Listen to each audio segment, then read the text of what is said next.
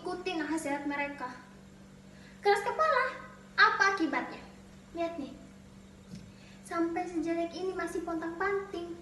Kau sih terlalu mengikuti gelora jiwa mudamu yang menggebu-gebu dan kurang pertimbangan. Penuh gairah memang, tapi tak logis. Coba kalau imajinasimu dulu tak ngawang-ngawang, tak akan sesulit sekarang keadaanku. Apa? Salahku sendiri. Enak saja kau ngomong. Kamu yang memilih semua ini. Sok romantis, sok beda dari yang lain. Terlalu percaya pada fiksi, puisi. Gayamu seperti kaliber dunia, estetika. Lihat ini. Kamu sangka semua ini bisa membuatmu meraih apa yang kamu impikan?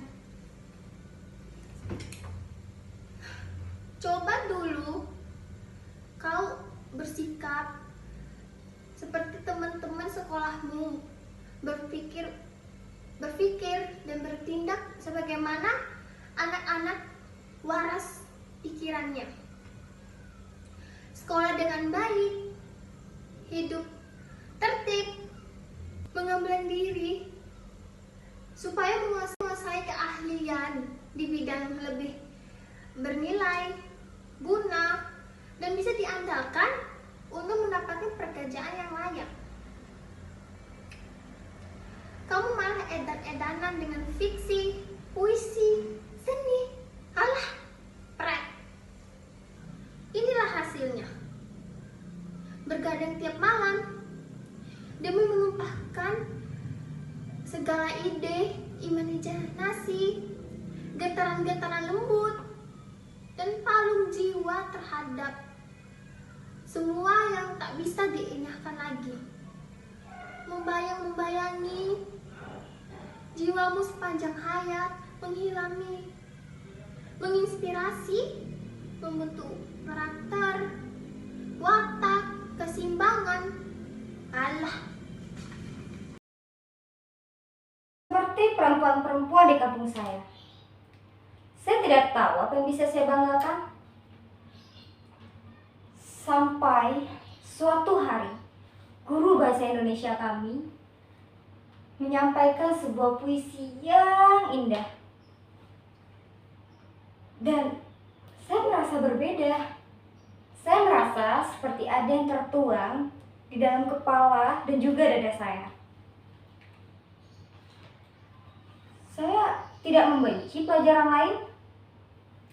Saya hanya menyukai puisi, karangan-karangan para pengarang di seluruh negeri. Novel-novel cinta, puisi, seni, musik, drama, tarian, dan juga lukisan. Saya sangat menyukainya. Lalu, teman-teman saya berkata, "Sok tua sebelum waktunya, gak sesuai sama umur kamu." Mereka tidak mengucilkan saya. Mereka hanya senang mengolok-olok saya. Tapi saya tidak apa. Saya merasa senang. Setidaknya saya berhasil membuat mereka bahagia. Apa? Aku mengacaukan hidupmu. Aku yang mengakibatkan nasib yang selalu kau keluhkan itu. Hei Nona. Oh maaf. Kau masih Nona atau sudah Nyonya? Hah? Nonsen? What? Separuh Nona, separuh Nyonya? What the hell? Oke. Apapun statusmu, dengarkan saya. Di usia seperti saya sekarang ini, semua orang membuat pilihan penting bagi hidupnya. Saya melakukannya, memilih. Saya tidak ikut-ikutan. Mereka yang menjalani hidup ini seolah-olah seperti warisan, tinggal mengulurkan tangan dan menerima apa saja yang diberikan, lalu menjalaninya menjadi tua dan mati. Saya tidak seperti itu. Kalau orang tak mau memilih apa yang saya pilih, itu hak mereka. Itu juga sebuah pilihan. Saya juga tak mau terus-terusan disalahkan dengan pilihan saya ini. Saya ingin jadi pengarang, seniman. That is my choice. Jadi, kok gak bisa terus-terusan mendatangi saya dan meminta saya mengubah pilihan saya ini? Tidak guna keluhan. Berhentilah merengek. Biarkan aku istirahat. Biarkan aku damai dengan masa lalumu. Saudara-saudara, profesi yang saya pilih ini mungkin memang tak menjamin finansial yang hebat, popularitas berlimpah, atau status yang membanggakan keluarga. Tapi saya harus melakoninya. Dan saya tahu, saya akan mendapat dukungan dari siapapun. Mungkin mereka tak akan menghalangi. Saya hanya bisa berpegang pada pilihan saya ini. Mereka mungkin hanya bisa mencibir dan ingin menunjukkan kepada saya di depan muka saya bahwa perkataan mereka itu benar. Lalu persis mereka berkata kepada saya seperti ini, kapok, makanya jadi anak jangan ngeyel. Bener kan? Bagaimanapun PNS itu pilihan terbaik. Sudah banyak contoh profesi sepertimu itu siap susah. Kok masih nekat? Sekarang sudah terlambat toh. Mau daftar polisi mustahil, sudah berumur. Mau ikut parpol, mau beranjak karir, gak mungkin. Mau bisnis, gak ada modal. Mau pinjam uang di bank, gak ada akan dipercaya. Mosok mau sodorkan fiksi-fiksimu itu untuk menjamin atau jadi jaminan. Gak mungkin. Makanya dulu itu kamu harus kuliah. Kalau kuliah kan yang penting ada ijazah S1 untuk melamar kerja. Harus jadi anak-anak seperti anak yang lain. Kuliah SMA, nyambung kuliah, sudah wisuda, terus cari kerja, nikah, mati masuk surga. Itu yang benar. Lihat, saya lihat. Tidak, saya hanya berjiwa bebas. Saya hanya mengikuti jalan saya sesuai dengan apa yang saya inginkan. Mengapa setiap orang yang punya pikiran yang bebas selalu dianggap aneh? Dan mengapa anak SMA seperti saya selalu dianggap punya pikiran yang tidak sesuai dengan usianya?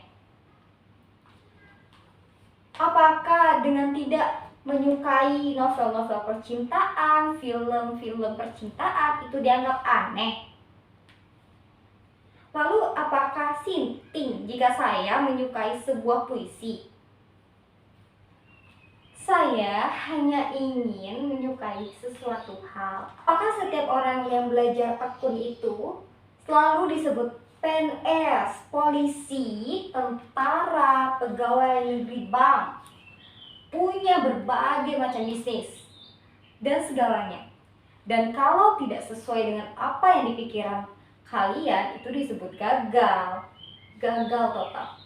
Lalu apakah menjadi seorang anak remaja itu isi pikirannya harus tentang tempat tongkrongan yang asik, selalu update di sosial media manapun, mengumpulkan berbagai jenis macam teman-teman melalui Facebook dan sosial media lainnya, berfoto keren, seperti itu? Tapi saya tidak membencinya. Saya hanya tidak ingin isi kepala saya hanya tentang itu-itu saja. Saya perlu energi dan tenaga tidak alami. Dan saya menemukannya dengan musik, tari, drama, dalam seni, Apa itu salah?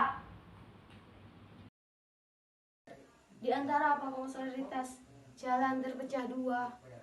Sebagai pengembara, aku tak bisa mengambil keduanya. Maaf jika aku terpaku lama memandangnya. Kupandang begitu rupa, salah satunya sampai pada semak-semak di ujung sana. Kupandangi jalan-jalan satu lagi sepertinya lebih menarik hati. Rumputannya rapi seperti gampang dilalui. Bagi yang sudah pernah melewati mungkin sama saja rasanya dengan yang tadi. Pada pagi hari, kedua jalan itu terlihat murni. Tak ada jejak kaki dan rumputan tegak bestari. Oh, keputusan pulau jalan pertama esok hari. Meski tak tahu apa yang akan kutemui di ujungnya nanti, dan juga tahu apakah aku akan kembali. Barangkali aku harus bercerita dengan duka. Pada suatu saat, pada umur kita akan berjumpa. Persimpangan seperti jalan bercabang mitra, di mana aku telah berjalan pada salah satunya. Jalan yang jarang sekali dilalui dan itulah beda kita. Itu tadi jalan yang tak ditempuh. Puisi Robert Frost, guru bahasa Indonesia kami, yang memberikannya pada saya sebelum ia berhenti mengajar karena ia hanya mengantongi ijazah D3.